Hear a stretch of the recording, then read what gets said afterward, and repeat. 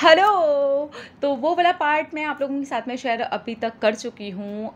ये दूसरा पार्ट है उसी का कि श्री कृष्ण भगवान से नफ़रत हुई और अब मैं बात करने वाली हूँ कि कैसे श्री कृष्ण भगवान ने एंट्री करनी शुरू की और ये कितने टाइम के बाद होना शुरू हुआ और क्या चीज़ें हुई उस बीच में, ठीक है? नफ़रत वाला पड़ाव आप लोगों ने पूरा सुन लिया है, अगर नहीं सुना है तो आप डिस्क्रिप्शन बॉक्स चेक कर लीजिएगा, उसमें ना नफ़रत वाले पड़ाव का लिंक मैं डाल दूँगी तो आपको पता चल जाएगा, ठीक है? अब बात करते हैं कि नफ़रत के आगे क्या हुआ? नफ़रत चलती रही, श्री कृष्ण भगवान ने कहा इसको थोड़े दिन छोड़ दो, मतलब लेट गो करो इसे, क्योंकि इसके ऊपर इतना ज़्यादा प्रेशर ऑलरेडी डाल दिया गया है, इसके माइंड को ऑलरेडी इतना जकड़ लिया गया है कि उसमें नफ़रत कूट-कूट के भरी हुई है मेरे लिए, इसलिए अभी इसको थोड़े टाइम के लिए छोड़ देते हैं। तो कुछ साल बीच के कुछ नहीं हुआ मुझे। नफ़रत बरकरार ही थी। श्री कृष्ण भगवान नहीं आए मेरी लाइफ में और ना मैंने उनको आने का कोई भी मौका दिया, ठीक है? कुछ भी नहीं मैंने ऐसा किया, मैं दूर ही भागती रही। अब इस बीच में होता क्या है कि मुंबई में ना ऐसा रूल है, अगर आप किराए के घर पे रहते हो, तो आपको हर 11 महीने में आपका जो एग्रीमेंट होता है, या तो वो आपका रिन्यू होता है और आप एक घर को सिर्फ़ 3 साल तक ही कर सकते हैं रिन्यू, ठीक है? तो मैं किराए के ही घर में रहती थी। 11 साल के बाद में या तो एग्रीमेंट रिन्यू होता था या फिर घर शिफ्ट करना पड़ता था। तो जिस घर में मैं रह रही थी ना ये सारी चीज़ों के बाद में, उसके बाद में ऐसा हुआ कि जो घर मुझे मिला वो 3 साल के बाद में ही मुझे शिफ्ट करना पड़ा। उस बीच में से कोई घटना, ऐसी कोई चीज़ नहीं हुई जिसने मुझे श्री कृष्ण भगवान से जोड़ने की या चीज़ों को करने की वो किया हो। चीज़ें मेरे माइंड के अंदर ऑलरेडी वैसी ही थी कि मैं नहीं मानती हूँ इन्हें, ठीक है? और बस मैंने कभी इंसल्ट नहीं किया, बेइज़्ज़त नहीं किया, उल्टे-सीधे शब्द भी नहीं बोले, लेकिन अंदर से वो जो भावना थी ना, वो ऐसे हो गई थी, ठीक है? इसके बाद होता क्या है कि जब घर शिफ्ट किया जाता है ना, तो हमारे में कैसे होता है कि जब भी हम घर शिफ्ट करते हैं, तो जिस भी घर में हम प्रवेश करते हैं, उसके अंदर कुछ पूजा-पाठ, हवन वगैरह कुछ होता है। तो मम्मी आई मेरी दिल्ली से आई थी मुंबई, तो उन्होंने कहा चलो पूजा करा लेते हैं क्योंकि तुम्हारा घर शिफ्ट करना है, ये घर शिफ्ट हो गया मेरा।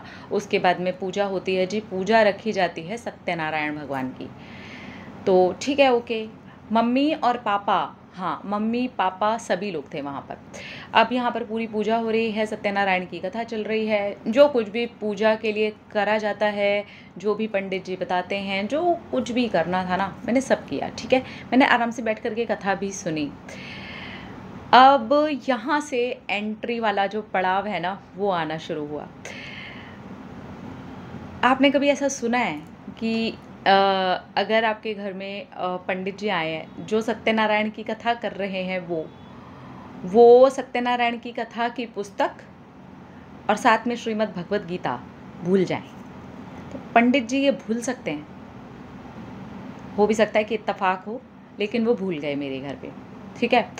इसके बाद वो मैंने सँभाल करके अपनी पूजा की जो मंदिर की ऊपर की एक जगह थी, वहाँ पर मैंने रख दिया। अब जब भी मेरी नज़र जाए, मैं उसको निकालूँ, सत्यनारायण कथा जो थी उसमें विष्णु भगवान जी बने हुए थे, उनको देखूँ और फिर जब दूसरी पुस्तक का नंबर आए, तो उसके अंदर श्री कृष्ण भगवान अर्जुन को समझाते हुए, वो जो पिक्चर लगी होती है ना श्रीमद् भगवत गीता के ऊपर, वो दिखे।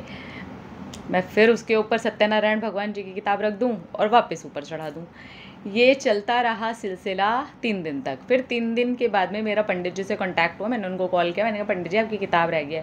बोले अरे कोई बात नहीं, मैं अभी दूसरे शहर मुझे जाना है, तो अभी मैं नहीं आ पाऊँगा और तब मैं किताब लेकर के चला जाऊँगा। यहाँ से वो साइन मिलने शुरू हुए कि पढ़ो भगवत गीता। नहीं पढ़ी मैंने। साइन बता रही हूँ, अब लगता है कि वो साइन मिलने शुरू हो गए थे, पर नहीं जी नहीं, हमने नहीं पढ़ी, ठीक है? आ गए थे, श्री कृष्ण भगवान की एंट्री हो रही थी, लेकिन पढ़ी नहीं, ठीक है? मम्मी-पापा सब लोग चले गए, वो किताबें ज्यों की त्यों मेरे पास। जब मैं पूजा के लिए अपनी किताब निकालूँ या कुछ भी निकालूँ, क्योंकि वहीं पर मेरा सब सामान होता था, धूप, बत्ती वगैरह का, तो वहीं पे मैंने वो बुक्स भी रख दी थी। तो वो निकल-निकल के अब आप समझिए रोज़ डेली मैं दर्शन कर रही थी।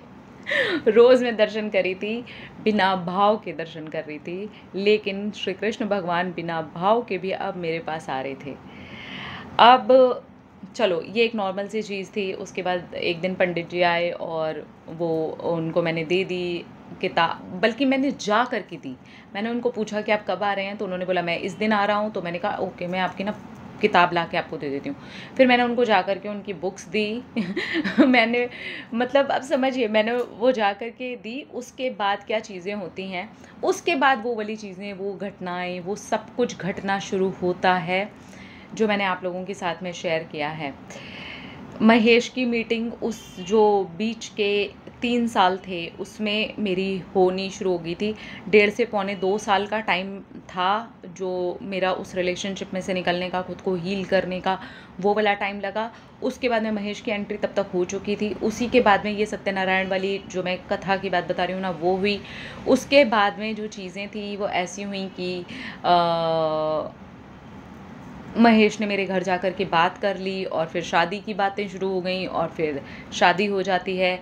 इस बीच भी ऐसी छोटी-छोटी बहुत सारी घटनाएँ लगी रहीं कि कोई मुझे श्री कृष्ण भगवान का कोई संवाद सुना रहा है, कोई किसी चीज़ का कोई मतलब बता रहा है, कोई कृष्ण से जुड़ी हुई कोई बात बता रहा है, कोई अर्जुन से जुड़ी हुई कोई बात बता रहा है। ऐसी बहुत छोटी-छोटी चीज़ें हुईं, पर मैंने सारी चीज़ों को इग्नोर किया।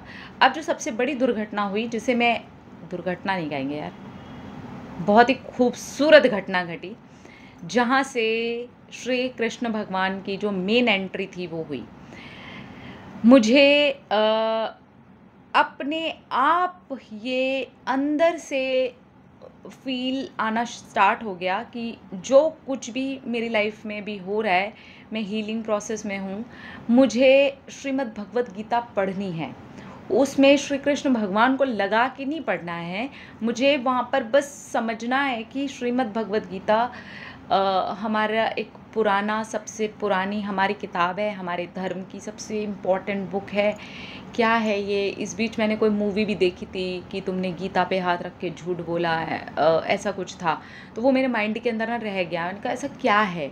मुझे पढ़ना है, ठीक है? इसके पहले मैंने कभी नहीं पढ़ी थी। वो फर्स्ट टाइम था। अभी तक भी मेरी शादी नहीं हुई है, चीज़ें चल रही हैं, मतलब अभी सारी चीज़ें ऐसे-ऐसे आ रही हैं कि हाँ, शायद शादी करूँगी, नहीं करूँगी। मैंने अपनी फैमिली से टाइम ले लिया, ठीक है चलो देखते हैं, शादी करनी है, क्या करना है, सारी चीज़ें चल रही हैं। इसी बीच में श्रीमद् भगवत गीता के लिए एक थॉट क्रिएट होता है कि मुझे पढ़नी चाहिए। मैं देखती हूँ कि क्या है। श्री कृष्ण भगवान से लगाव के लिए नहीं पढ़नी थी, मुझे पढ़नी थी। मैं जानना चाहती थी, क्योंकि मैं ऑलरेडी आपको बताया मैंने कि मैं बहुत भक्ति भाव वाली लड़की रही। बचपन से मैंने काफ़ी भक्ति वाला था, तो भक्ति वाले भाव से मुझे ऐसा लगा कि यार मैं इस धर्म में हूँ, मैं इस धर्म में मैंने जन्म लिया है, तो मुझे ये पढ़नी चाहिए एक बार। बस यही एक थॉट था, ठीक है। अब इसके बाद में होता क्या है, मैंने श्रीमद् भगवत गीता ली और श्रीमद् भगवत गीता मैंने अब पढ़नी शुरू की। ये वो समय था जब बहुत ज़्यादा सोशल मीडिया और ये सारी चीज़ें नहीं चल रही थी, ठीक है। मैंने पढ़ी, मुझे कुछ भी समझ में नहीं आया। मुझे सच में 1% भी कुछ समझ में आया ही नहीं। इसके बाद मैं फिर भी उसे समझना चाहती थी, मैं कोशिश करती रही, मुझे कुछ भी समझ नहीं आया, एकदम ज़ीरो, कुछ भी समझ नहीं आया। अब इसके बाद जो दूसरी चीज़ है, जो इस वाली घटना के बाद की, जहाँ पर से मैंने श्रीमद् भगवत गीता को पहली बार पढ़ा, उसके बाद बार-बार पढ़ा, कुछ समझ नहीं आया। अब समझ लीजिए कि पढ़ा ना पढ़ा बराबर था। अब इसके बाद जो सबसे खूबसूरत से भी खूबसूरत घटना जो किसी मैरिड वुमेन की लाइफ में घट सकती है, वो ये थी, हाँ, अब इसके बाद मेरी शादी हो गई। इस पूरे प्रोसेस में काफ़ी टाइम लगा है, काफ़ी सालों की बीचों की बातें बता रही हूँ आपको मैं। इसके बाद मेरी शादी होती है। शादी के बाद में मुझे पता चलता है कि आई एम प्रेग्नेंट नाउ। तो वो एक अलग टाइप का फ़ील होता है ना, जब आपको ये पता चलता है कि ओह पॉज़िटिव आया है, डॉक्टर ने बोला है कि it's positive, you are pregnant. So वो एक टाइम, अब यहाँ से शुरू होती है कहानी। यहाँ क्या हुआ ना, मैं भगवत गीता को समझने की कोशिश तो कर रही थी, पर मैं बार-बार बीच-बीच में छोड़ देती थी, क्योंकि मुझे वो समझ नहीं आती थी। अब यहाँ क्या हुआ ना, मुझे ऐसा लगा कि मुझे अपनी पूरी प्रेगनेंसी को ऐसे लेना है जैसे कि मेरे साथ एक और जीव है जो मेरी सारी बातों को सुनता है, जो मेरी सारी भावनाओं को समझता है, जो मेरे साथ जुड़ा हुआ है। तो यहाँ से मैंने ना अपनी खुशियों के दौर को शुरू किया, हैप्पी रहने वाली चीज़ों को शुरू किया। मैंने खुद ही किया, कॉन्शियसली किया, क्योंकि मुझे ये पता था कि मेरी फीलिंग बहुत बड़ा असर उस जीव पर डालेगी जो ऑलरेडी मेरे अंदर है। तो ये वाली फ़ील आने स्टार्ट हो गई थी और मुझे लगता है कि कुछ तो आपको डिवाइन पावर भी गाइड कर रही होती है, तो वहाँ से वो गाइडेंस मिलना स्टार्ट हुआ। अब मैंने जो पहली किताब अपनी प्रेगनेंसी में जो पहले चरण से पढ़नी शुरू की, यानी कि जिस दिन मुझे पता चला, उसके पहले से मैं भगवत गीता पढ़ने और समझने की कोशिश कर रही थी, छोड़ रही थी। अब यहाँ जिस दिन मुझे पता चला ना, बस उसी दिन मैंने आते समय में रास्ते में विष्णु पुराण किताब खरीदी, अभी भी है वो मेरे पास में। मैंने विष्णु पुराण पढ़ी। अब वो जो विष्णु पुराण बुक थी ना, वो मेरे 6 महीने के अंदर ही कंप्लीट हो गई, यानी कि मैं 6 मंथ्स की प्रेग्नेंट थी तभी मेरी विष्णु पुराण कंप्लीट हो गई। अब इसके बाद 3 महीने बचे हुए थे, तो मैंने सोचा यार 3 महीने में क्या करूं। ऐसा कहते हैं कि आप जो भी पढ़ते हो आपका बच्चा सुनता है, तो कर्ण का जो एग्जाम्पल था वो भी मेरे सामने था। तो मैंने कहा यार मुझे भगवत गीता पढ़नी है फिर से। ये वो मेन पॉइंट है जहाँ पर मैंने अब जब भगवत गीता पढ़ी तो 2 जीवों को रख के पढ़ी, यानी कि मैं और मेरा बच्चा। अब मुझे समझ आए या ना आए, पहले जैसा ही रहे, कोई बात नहीं, लेकिन अब मेरा जो भाव था ना, वो भक्ति का था और वो जुड़ चुका था एक फीलिंग के साथ में जो मेरे अंदर था। अब यहाँ से जो ये कहानी शुरू होती है, पूरे 3 महीने मैंने लगा करके रोज़ कुछ श्लोक, अध्याय, जैसे भी जितना भी मैं पढ़ पा रही थी, मैंने उसको पूरे को कंप्लीट किया और मैंने पूरा टारगेट बना रखा था, पूरे 9 महीने मुझे धार्मिक पुस्तक पढ़नी है। तो पहले के 6 महीने मेरे निकल गए विष्णु पुराण में, उसके बाद के जो 3 महीने निकले मेरे, वो श्रीमद् भगवत गीता में। श्रीमद् भगवत गीता ख़त्म होते होते मेरा डिलीवरी का टाइम पास में आ गया। डिलीवरी जब हुई है मेरी, तब तक भी कृष्ण भगवान आए नहीं थे मेरी लाइफ में। मतलब आए तो थे, वो आ तो चुके थे, वो सर पे सवार होना स्टार्ट हो गए थे, वो है ना, मेरे दिल के अंदर उतरने शुरू हो गए थे, लेकिन मुझे प्यार नहीं हुआ था अभी भी। नफरत नहीं थी, लेकिन अभी भी प्यार नहीं था मुझे।